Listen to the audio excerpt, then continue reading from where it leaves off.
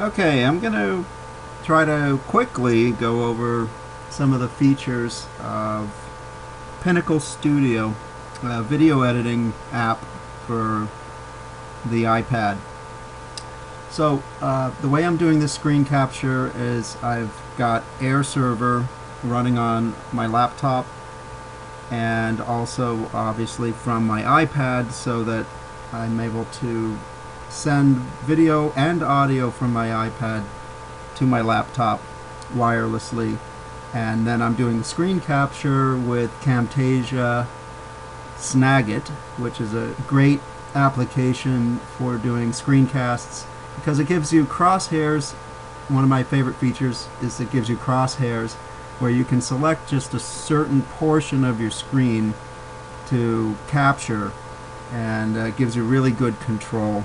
So on that note, I'm going to try to do a quick intro to Pinnacle Studio. It was originally called Avid Studio when it came out.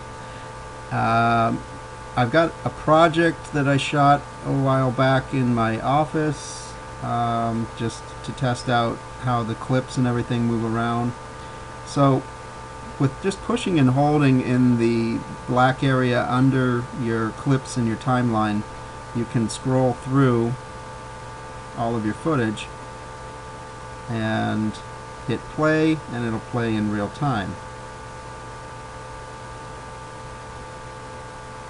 So what we have here is the text tool. So if I want to go in and actually edit the text, just double tap, and then you can go ahead and put in anything for your title.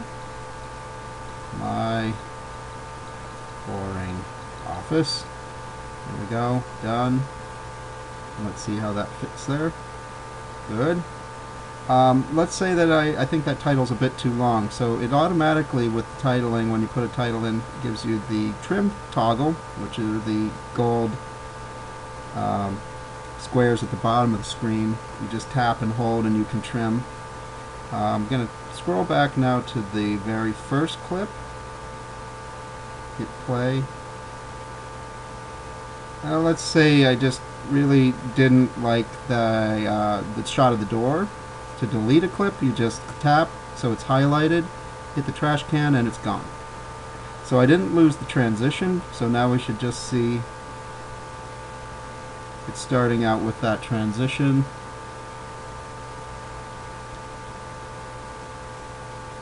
Okay, so my boring office was a little too fast, so I'm going to go back, expand that out, play it back, see if that feels like it's up there long enough to read. My boring office. Yes. Alright. Now, let's say I want to just cut that clip with the clock before it starts to pan down the wall. So I position my orange cursor right where I want to do a razor blade slice, tap on the razor blade, tap video to tell it what I want to slice. Then I'm just going to highlight the tail end of the clip and hit delete with the trash can. And I just trimmed out the shot of the clock, so we should just see the clock on the wall without it panning down. Okay, let's say I don't want any titling here. Select trash can. Now let's say I want to put in another photo right here after the clock shot. So in the upper left hand corner right now I've got it on videos.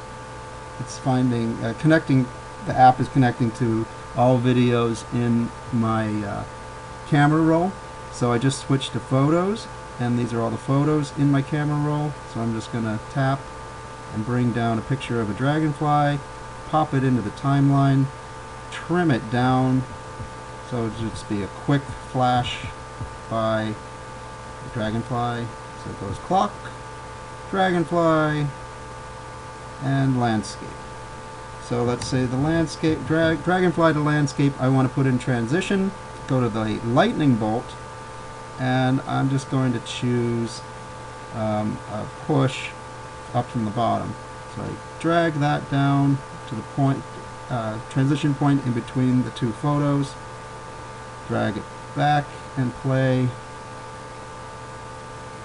and there comes the transition between the two photos.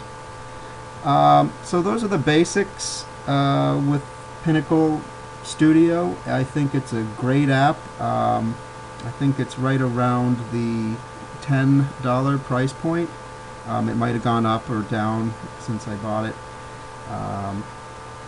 Oh, one other thing is then they have montage options, so you can actually layer clips on top of one another. So you can do some pretty fancy edits with motion graphics, if you want to call it that, on an iPad. So there you have it. I'm just going to shut this down now and stop talking.